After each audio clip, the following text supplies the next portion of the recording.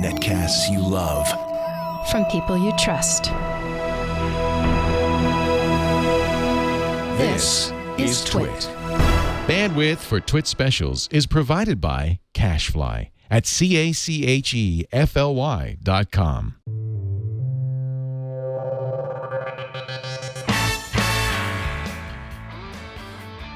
This is TWiT Live special number 307, recorded Tuesday, October 4th, 2016, Dreamforce in San Francisco.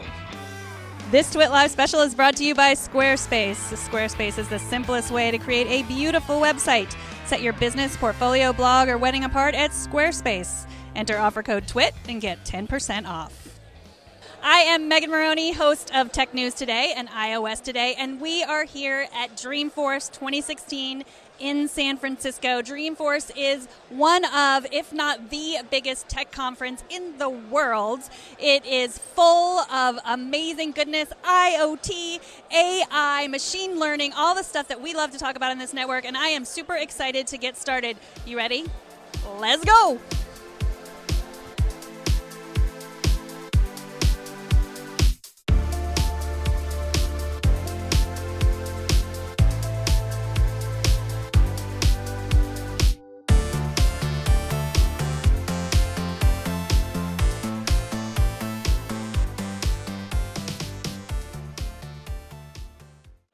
Talk about kids coding and how important it is for their future and our future.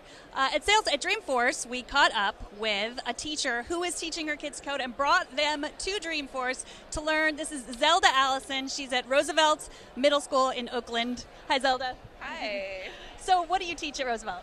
So I am our Code Robotics team teacher, and I'm also running our Girls Who Code club. Awesome. And so how did you get them to come to Dreamforce? Well, Dreamforce noticed that our school, we're trying to build a tech culture, and so they have funding for different projects, and they invited us to come over today and tomorrow to bring our kids to learn more about tech. So how much coding do they do in school right now? Right now, we actually have one course of coding and robotics, and we have our robotics club after school. We'll also have our Girls Who Code after school as an after-school project, and we also have a semester-long maker program that 6th, 7th, and 8th graders go through for the year. Awesome. And so what are they going to be doing here today? Today they're building little jousting robots in Lego, and they're also learning how to code using blocks and learning Minecraft coding. Awesome. Well, thank you so much for talking to us, Zelda. It was great to talk to you. Okay, thank you. We are at Dreamforce, and they have a special area set up over here just for young coders. It's set up by code.org, and I am with two young coders, Samantha and Vincent. How old are you, Samantha? I'm 12. How old are you, Vincent? I'm 12? So you're in 7th grade? Yeah. And so do you take coding in school? Not this year. It's probably in Mr. Belsky's class. Mr. Belsky is our technology teacher.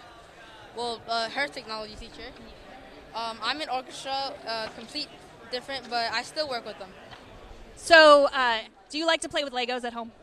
I don't. This is actually an opportunity for me to work with Legos, and I'm actually enjoying it because earlier I was struggling. I was I give up. I was just done. How about you, Vincent? Do you like Legos at home? Yeah, I think it's the more that you try and build it and you learn from your mistakes, that's how makes it fun, and yeah. How about Minecraft? Do you play Minecraft at home? I don't. When I was little, yeah, it's pretty addictive. So what are you most excited about learning today? Today, I don't really think that there's nothing to look forward to, but just working here with the Legos, it's I know better to once I'm modeling something, I'm battling it and trying it out, and I'm improving the more if I win or lose, and it's helping me a lot because I can learn from my mistakes, like what Vincent said. So what about you, Vincent? Yeah, kind of like Samantha. Yeah, you can learn from your mistakes if you keep on trying. Once you try, you can't ever give up. I gave up one time, and then I totally doubted because I went to like somewhere and then like they like kept on talking about it, and then I was like, oh, I should have kept the other one. So yeah. So you're learning how to try and try again, right? What do you think you want to be when you grow up, Samantha? I want to become a writer. Cool. So that's a good skill to learn, to keep trying, right? What about you, Vincent? Probably in a local PD. Well, thank you guys so much for joining us. It's so exciting. All right, take care. Salesforce is obviously a different company. We're at Dreamforce, and there's meditation centers. There are kids coding. It's just amazing what they do beyond just the general product. I'm here with Cheryl Porro. She's SVP of Product and Technology for Salesforce.org. Welcome, Cheryl. Thank you. Welcome. So tell me a little bit about what you do for Salesforce. So I run technology and products for Salesforce.org, and we build products for nonprofits, for higher educational institutions, and K-12 schools. And then I also build all the technology we use internally. And so we're here, we talked to some kids who are learning to code, we talked to some teachers who brought their students here. Tell us about what you're trying to accomplish here in the kids coding camp. Well, Salesforce is really passionate about equality. And we think it's really important that everyone get to participate in what is happening with technology. So much of our world is transforming because of technology. And if everyone doesn't have equal access to the opportunities, then we're all at a disservice. So we believe equality begins with education, equality begins with kids, and we're so passionate about STEM education and really giving all kids at San Francisco Unified, at Oakland Unified, an opportunity to just really get their hands on the technology and just see how fun it is. So how long has Salesforce.org been around? How long has that part of the organization been around? Salesforce.org has been around since the beginning. Salesforce.org was born of the 1-1-1 model. Salesforce, at its inception, set aside 1% of product, 1% of employee time, and 1% of equity to start what has become Salesforce.org. And now we're doing so much. We have over 29,000 nonprofits and educational institutions using our technology. We have donated 1.5 million hours of employee time, and we have donated $28 million in strategic grants to educational institutions like San Francisco School District, Oakland School District, as well as workforce development programs like Year Up and Genesis Works. So we've been there since the beginning. So what does that mean for a Salesforce employee, that 1-1-1? If you are hired onto Salesforce, what does that mean for you in terms of what you can do for volunteering? Before I joined Salesforce.org, I spent 8.5 years with Salesforce.com. So I've been with the company a long time, and I know that it's a great recruiting tool and a great retention tool. Employees really care about their communities, and they want to be able to make a difference in a way that works for them. And we have employees that do amazing things, that have raised millions of dollars for their causes, that have helped nonprofits that they closely work with. And it's just such an opportunity for every employee to really give back in a way that works, and it's so sticky. Even personally, it's really why I've been here for so long. Well, thank you so much. Cheryl Porro is the SVP of Technology and Product for Salesforce.org. Thanks so much for talking to me. Thank you. Have a great Dreamforce. Thanks. We just got finished watching Dream Pitch, which is sort of like Shark Tank. It was some of the Shark Tank judges. We had some really interesting pitches that we got to see and then got to see them criticized. It was a learning experience for everyone. I'm here with Julia Barrett, who is the Global Program Director for Salesforce for Startups. Hi, Julia. Hey. So we're here in front of an Airstream. We're in the woods. What is the idea behind this startup valley? Well, we're here in the Trailhead Zone, which is here to celebrate everything that is developer and admin and startup centric here at Dreamforce. And the Startup Valley is really where we're showcasing a lot of the members of our Salesforce for Startups program. So every day we'll be rotating out 8 to 10 different startups who are really from all over the globe. I think we've got startups from 10 different countries represented here, and they all use different Salesforce products. So they're here just to showcase and talk about what they do and how Salesforce helps them do it. We actually partnered with an organization called Recess, who work with universities. They have a whole pitch competition program with universities, and they helped us deal with all the back ends. And while we were running around gathering our judges, which, I think the show says it all. They were amazing. And we worked through the same judging criteria that they use today during Dream Pitch. We worked through several different selection processes. That's awesome. And so, how is there something that that some of these startup owners have to overcome working with Salesforce? Salesforce is a big corporation, and they come from a small, from a startup. Sometimes it's only 2 people, as we saw today. What are the challenges of coming and working with you guys, a large corporation? Well, Salesforce for Startups, our program, it's global, it's open to anyone, and we're really here to help startups understand the breadth of products that we offer here at Salesforce. Often, if they're familiar with Salesforce, they think of us only as CRM, and we're so much more. We're development platforms and customer service, marketing automation tools. And so our program is really focused on helping them feel more comfortable considering Salesforce as an option while they work through their product discovery. We really want to help them get involved with Salesforce and our products at an earlier stage so that they're not left scrambling once they hit product market fit. And so tell me about the incubator. When did that start, and tell us about that? So we launched the Salesforce incubator last week. And we're really excited to welcome 14 different startups into our first batch. And the first batch will be focused on SaaS apps built on our platform. Our next batch will launch the applications actually in November, so that's exciting. And we'll focus on AI. So in April, we'll welcome a new batch in focused on building AI apps with Salesforce. So do they get to all live in a house like in Silicon Valley? I mean, that would be awesome, but no. And maybe they're really happy about that. But we do give them real estate. It's really an awesome office. I actually joined Salesforce with Heroku, and so we're in the same building that Heroku and SteelBrick and Salesforce IQ are in. And we have a really, really awesome space. And we're really focused on helping them innovate to be customer-focused and inspiring a lot of peer-to-peer collaboration. So it's a very open space, and we're really encouraging that internetworking, which is working out really well, even in its second week now. I'm really excited to see where we take it. And so what advice would you give to people that might be watching this that have a startup or just an idea to get involved? Well, I mean, start building an app. It's really easy to talk about stuff or to come up with ideas, but you got to get going. One of the startups that we actually featured earlier today in the Startup Valley, MasterTech, they're based out of Sao Paulo, Brazil, and what they actually do is help people build out and prototype their ideas. So there are ways, even if you're not a developer, there are ways to kind of just get started, get it done. If you have an idea, just get going. Well, thank you, Julia. Julia Barrett is from Salesforce for Startups. Thanks for joining us. Thank you. Let's take a minute to thank our sponsor, Squarespace. This TWiT Live special is brought to you by Squarespace, the best place to create a beautiful, professional-looking website. You will not believe how easy it is. I'm currently working on my Squarespace site. Get ready to see it. It'll be at meganmorrone.com. You just wait. It's going to be beautiful. Sites look professionally designed regardless of your skill level and no coding required.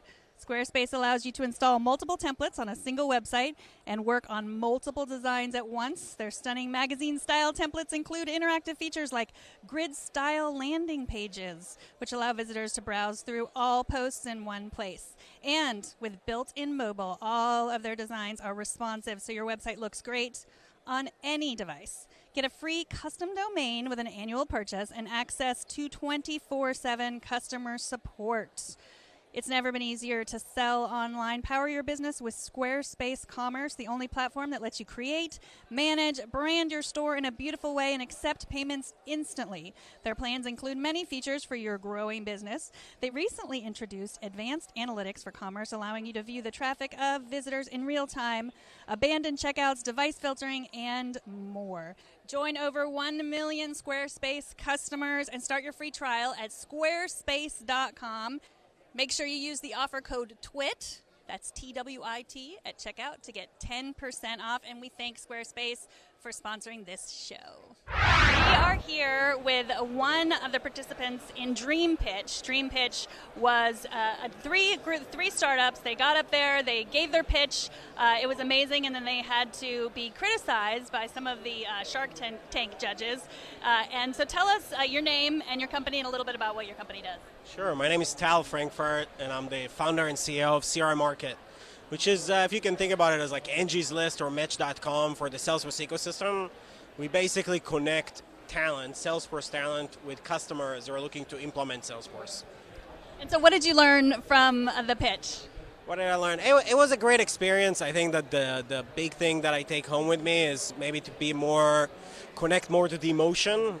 We had a lot of numbers and a lot of statistics, and they were looking for more emotional connection. So maybe we'll lead with that next time. And so how long did you have to work on your pitch to come up with your pitch?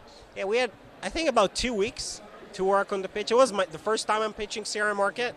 So it was first time I'm pitching to investors. So it was a great experience. It was very, very educational, as I said on the stage. You did. You also said you were grateful for the opportunity, which was so great to hear. Did you learn? Would you do anything differently next time you had the opportunity? We prepped a lot for the pitch, for the 4-minute, but I think that I would prep more also on the Q&A. So I think that's maybe the main thing that I would do differently. But again, it's such an amazing opportunity to come here and speak in front of, I think we were like 5,000 people in the crowd and 50,000 people watching remotely. What an amazing experience. Like, how can I get something like that again? So I'm very grateful for it. So you had to go first, which must have been difficult. How did they choose the order that you guys were going in? I hope it was random. I hope it was random. It was brutal to go first, but yeah, I didn't have a say so. Well, thank you so much. Good luck with your company, and take care. I am here with Steve, who was the second person to pitch at Dream Pitch, and I have some questions. I promise not to be as intimidating as Chris Saka or Mark Cuban. Tell us a little bit about your company. Pinium, we're a 100% native video solution built on Salesforce.com. So our whole strategy is to really turn Salesforce into enterprise-wide multimedia platform, meaning that we can play all types of content natively within Salesforce, and nobody else in the world can do that today. And how did you get involved with Dream Pitch? Actually, a bunch of my friends texted me and told me I should do it. I had friends like, literally, you guys should do this, and I wasn't planning on doing it because I just didn't really have the time, because it takes like 4 or 5 hours to fill it out. And then I decided, no, I might as well throw it out there. And I had forgotten that I had done it, actually, to be totally honest with you. And then I got an email, I was a finalist. I'm like, for what? Oh, yeah. And then it got pretty competitive. But it was just a lot of friends said that we have something that's pretty cool, and they thought we should do it. And you looked pretty confident up there. Like, do you do a lot of pitches? Do you speak in front of people pretty often? That's my first pitch I've ever done. Wow, that was impressive. So, thank you. I mean, I guess like I do selling of our products, and I'm in front of people, and I'm comfortable with that. But I don't think I've ever done anything more than 100 people total. And I'm not even sure if I've actually presented to 5,500 people total. But that's our first pitch, and no, so I'm not. I haven't done it, but I was prepared, and I'll be honest with you, I had my daughter's little card in my pocket that I was holding, and she wrote, "I love you, Daddy," and my son had told me, "Daddy, just try and do your best," and gave me a high five, and so that's kind of empowering, right? So it was comfortable knowing that my kids were there, you know. And at the end, they asked everybody, what do you want to say, and you tell everybody what you decided to say instead of speaking to the crowd or to yourself. I think I said, I just want to thank my wife for putting up with me for the last 3 weeks, because, this has been all-consuming, right? And I don't think that she needed to thank you, and she deserves a lot of the credit for our success. So I wanted her to know I love her. So. Well, if we've learned anything, it's at Dreamforce. It's thank your wife. Yes. I've had a lot of calls from other people that I thought that was really cool. I have 6 sisters as well, so they were all pretty stoked right now. They thought I was pretty awesome. But, look, at the end of the day, when you're an entrepreneur, I have 2 young children, and I'm 44, so without my wife, this is a team effort. Just I was up there on stage, but really at the end of the day, it's her and I and my kids building this together. So it was kind of appropriate to thank the woman and the person who's my teammate, right? Because honestly, without her, I'm not here. So literally, I'm not joking. So. Well, thank you so much, Steve. Good luck with everything that you do next. It was nice to meet you guys. Take care. Thank you very much. I am here with Marta and Misha. They are the winners of Dream Pitch. They have an app that is a chat bot that I think lets companies test their product with regular people So you can probably give. You just did an amazing pitch and won over a whole bunch of people. So why don't you tell us exactly what your app does? Yeah, so it's pretty much what you said. So it's a chatbot for testing consumer products. So we work with brands and retailers to help them identify their best sellers and their worst performers before committing to any production decisions, since it's typically very difficult for companies to understand how a product will perform before it actually hits market. So that's kind of the problem we're solving. And one thing you did that I thought was really impressive was you really gave a quick overview of your background. So you are the tech person. So tell us what your background was. Yeah, so before Claire, my love was physics. I got an undergrad degree in physics at Yale and then did my PhD in physics at the University of Chicago. And I studied theoretical physics, but then at the same time started consulting for companies like Microsoft on kind of the future of enterprise data due to my kind of background in data science. And I found that I could just be a lot more impactful in industries that needed my skills most. And I got really interested in the retail and CPG and these industries that have to make a lot of decisions that are usually not as data-driven as they could be. And I thought that we could really help out, those companies and kind of people in that space optimize their products, because that's kind of the biggest decision. That's like the single most important thing they have to do is to make a right product for their users. And that's something that's usually you rely on gut feeling. And that's just, it just doesn't really produce really good results when you don't have intelligence that informs you like what products you should make. And Marta, you have an impressive background also. Tell us about that. Yep, so I worked at Mondelez, which is one of the largest snack companies in the world. So they own brands like Oreo, like Trident, like Cadbury. And so basically I was brought on to create the department that led new product introductions across 165 countries. So given my background and given Misha's background, we thought we were the perfect team to kind of tackle this big problem. And so you were one of the only groups that got a question from Will I Am, who was there, and he asked how would you deal with people messing with the bot? I mean, that's the big thing. Like, we have heard of so many bots, and like, oh, there's always going to be someone that messes with it. And who wants to talk about how you deal with with someone who just tries to mess with your bot? So this is something, it's not even about messing with bots, that if you do a survey that asks people what they will buy, it'll just be wrong, because when people don't have money on the line, they're oftentimes just being aspirational. Like, my sister was playing a Rent the Runway game that we ran, and she said she would rent a $200 dress. And I know she's not going to do that because she's a freshman in college, and she'll just not put the money out for that. But our data models know that about our users. We have some information from their Facebook profile, and we use that and some other methods to kind of figure out who's being honest and who's not. So the trolls are, in a sense, kind of eliminated by the data models. And so how do people sign up for the bot? Is it just like I'm on Facebook Messenger and I'm just looking for a bot and I want to test some products? How does that work? How do you find the people that use the bot? Yeah, so people are more than welcome to find our bot. It's just called Claire on Facebook Messenger, but traditionally when we work with brands and retailers, they actually funnel people to our bot. So they might send out an email to some of their most loyal users asking them for product feedback, and that link links directly to our chat bot. So you don't need to like anything, you don't need to message anything, but for anyone who's interested, you can certainly find us on Facebook Messenger. And what's the impetus for people to use the bot to test products? So I think a lot of people just want their opinion to be heard, and they want to help their favorite brands or their favorite retailers make products that people love. And so I think it's this beautiful thing where people can actually almost co-create products with their favorite brands. So one of the only criticisms you got was that you were charging too little for the service. And I think you said $150 per product, and Mark Cuban said you should probably charge $10,000 or some crazy thing. What do you make of that? Like that the price would be so different? Yeah, so I think it's actually a really great call out by Mark.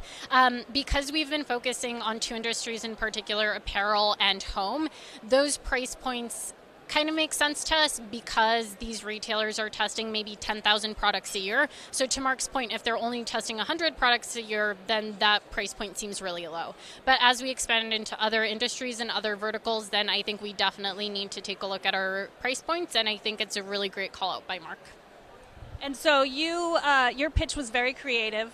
You picked out Chris Sacco was one of the judges, and he always wears the Western shirts, and that was your product. Have you guys done a lot of pitches? It seemed very polished and but very authentic as well. Thank you. So we've done a couple of pitches in the past, nothing like this, but I think that we were part of the Y Combinator Fellowship in the summer, where they spend the last kind of 2 weeks really preparing you to deliver a pitch in 2 minutes and 30 seconds. So I think that maybe, that helped us out. But otherwise, we just wanted to make something that the judges would connect with, because it's hard to connect with products you don't know about emotionally. And we knew that Chris is into these cowboy shirts, that, he said in the beginning that's kind of like the award he's most proud of. And we were actually worried that it wouldn't be funny somehow, because my delivery wouldn't be good or something like that. So I was worried about that beforehand. All right. Why did you name the company Claire? So on the user side, we really wanted to pick a name to kind of personify the experience and make it seem really friendly. So Claire seemed like a great option. And then on the business side, we tell people that Claire stands for clarity on your consumers. So really understanding what your consumers want. And if people want to go to Facebook and start chatting with Claire, how do they do that? So they can just look us up on Facebook if you just search Claire. Meet Claire. It's Meet Claire, MEET Claire. That's our handle on Facebook. Well, Misha, Marta, it's a pleasure to meet you. Good luck. What's next? So I think the next thing on the horizon is Y Combinator. We're going to be starting in the Winter 17 batch in January. And yeah, we're really excited about the Salesforce Incubator, really excited about what's to come. All right, thank you so much. I am here with Ludo Ulrich. He is head of startup relations for Salesforce. Hi, Ludo. Hello, how are you doing? I'm good. So tell me what you do as head of startup relations. Yeah, so, Salesforce does a lot of things with startups. We, of course, sell them things. We sometimes help them go to market. We acquire some of them. We invest some of them. So I'm leading the team that does all the engagement with the startup ecosystem and help them understand what they can build with us, how they can grow, and as well how they can give back. So we have different startup programs to help them basically, engage with Salesforce. So we have an online program called Salesforce for Startup with more than 7,000 members. And we also launched very recently the Salesforce Incubator, which is physically present here in San Francisco. And so we just got finished watching Dream Pitch, and I talked to all the pitchers. Was this the first Dream Pitch? That was the first Dream Pitch. So it's one of the things as well we love about Dreamforce. We bring always new initiative to put on the showcase some startups that we think are amazing. And so we put together this competition with different teams within Salesforce and bring some amazing judges like, Chris Sacco, Mark Cuban, definitely here to make a show, as well as, Will.i.am. And the idea is was to make sure we give them an opportunity to pitch in front of not only the judges but also all the attendees, because what I notice is that there's a lot more momentum here at Dreamforce year after year from corporation, from larger companies want to engage with that innovative ecosystem, right? So that's also in that spirit that we did the Dream Pitch, is make sure we elevate that relationship between startups and corporation and make sure they can innovate together. So there are a lot of people from corporations here, a lot walking the floors. What can people from larger corporations learn from the startups here? Honestly, they can learn a lot. I think it has to be a mutually beneficial relationship. So, startups can learn from corporations a lot. Corporations can learn from startups on how to innovate and go quick. But I want to go beyond the stereotypes. There is almost this imperative now for founders, for folks who want to actually disrupt an industry, to do to think about partnerships and to think about how they can actually disrupt that particular industry. Gone are the days where it's innovation for the sake of it, right? There was a first wave of innovation where it was about building the infrastructure, literally building the internet, like AOL, for instance, back in the 90s. Then there was a lot of horizontal, like social networks, like search. And now when you look at startups trying to disrupt, healthcare or the food that you and I are eating, or fintech, financial services, they need to have that relationship with corporation and with government as well. They need to have this maturity. So there is a lot of bridges that we need to help, facilitate between corporations, some of our customers, Salesforce customers, who are trailblazers and who want to actually innovate and bridge the gap that there is sometimes with the startup ecosystem. So what are some of the challenges that the startups that you talk to that they face coming into the corporate world or getting into the corporate world? Yeah, there are different challenges. I think it really depends on the maturity of the founding team, right? Depending on the background. I think most of the time it's a matter of, effective communication and vocabulary. I think on both sides there needs to be some sort of, efforts to speak the same language, set the right expectation, set the right milestone. We usually say that corporations don't move at the same pace as startups. I don't think it's the case. Startups is a fast-moving company. I think we can move very fast. It's just about setting the right expectation and finding the right match and the right team. There's obvious, candidate for, interaction between startup and corporation, like innovations team. But sometimes you need to go talk to a business team, So I think it's about identifying the right team and having the right vocabulary and the right communication between those different worlds, if you will. And so what are some of the most interesting startups right now? Like, you don't have to name names, but you can. But some of the areas that you think are really interesting, people that you've talked to lately. Yeah, it's hard to have favorites, but I have to, encourage you to all who are watching to check like the latest batch of the Salesforce Incubator. We just, launched the program last week in San Francisco, and we selected 14 companies. So I'm really excited about all of them. I think that what they all, two things they have all in common. One is they're really focused on their customers. So the companies that I really like personally, and you can tell straight from the first conversation with the founding team, with the founders or any employee for that matter, is this obsession on customers. Yes, of course, they need to do fundraising and they need to do a lot of different things and build a business, but it's about being obsessed with the customers. There's a company called Woodtrick in the Salesforce Incubator. They literally embed that culture. It's part of their product. It's part of what they're doing. Another thing I notice in terms of trends and companies that I like is this whole idea of bringing more intelligence into your solution. Salesforce is announcing a lot of things around Salesforce Einstein this week. I see a lot of startups who are leveraging that. Natural language processing, artificial intelligence. All those concepts are great, but at the end of the day, it's all about making like the experience for the end user, better and more productive. So we have a lot of companies in the incubator who are actually, leveraging those technologies to, have better productivity for their end customers. And so you did a panel just before, and I was listening a little bit. You talked about how there was a certain language, like a language that corporations use that startups needed to learn. Can you talk a little bit more about that? Yeah, one thing that I see a lot is stereotyping like founders as like the millennials, like early 20s, etc. So you don't want to go there. Actually, the average age of entrepreneurs, if you look at like the key entrepreneurial hubs around the world, not Silicon Valley, is more in the mid-30s. So I think I don't want to limit that to vocabulary, but I think or dress code or things like this. But it's really about having a meaningful conversation on both sides to identify what's that mutually beneficial relationship. I think when I said vocabulary, sometimes it's about identifying what could be this particular unique assets that's going to give a competitive advantage on both sides. Because it's going to help this particular company, innovate and please their customers. And it's going to help this company with like a 10-people team really go to the next level, access to a bunch of customers or access to the data they didn't have. So again, more than vocabulary, I would rephrase to identifying what's that, unique intersection between the two. And what about the give back culture? I know Salesforce is really big on that. And how important is that to startups right now? Culture is such a differentiator. In the incubator, we selected companies who were obsessed by their customers, who had that spirit of collaboration.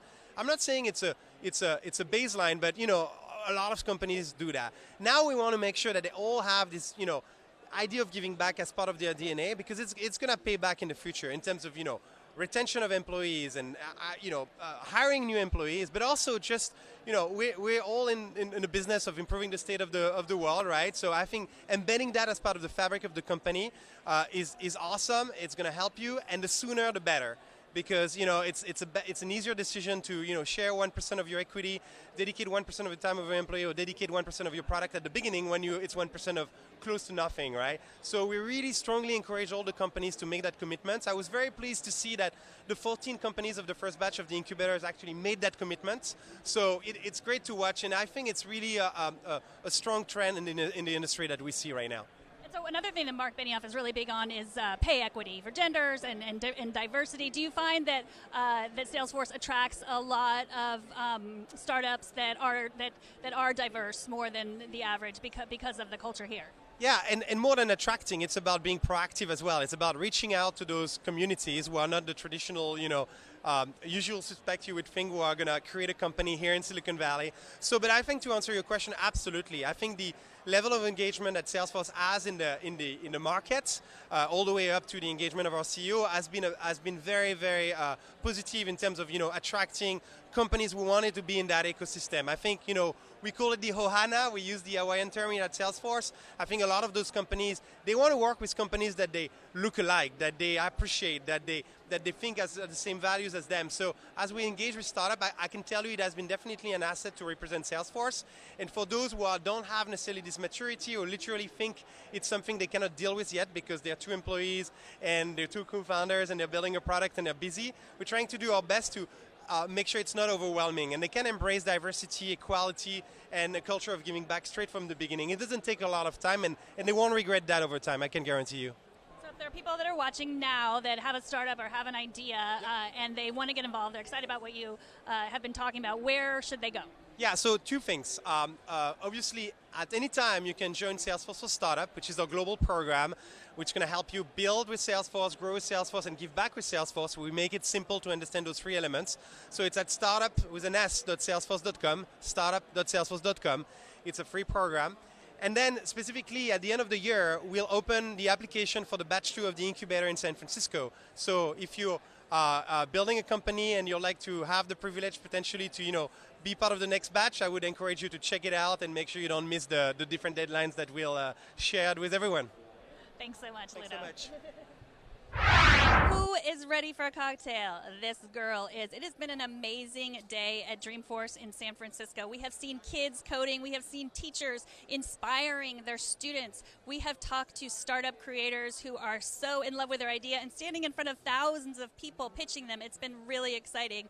And thank you so much for joining us. If you want to subscribe to TWiT Live specials, you can go to twit.tv/specials. And if you want to see me, I am on iOS Today every Monday at 1:30 p.m. Pacific.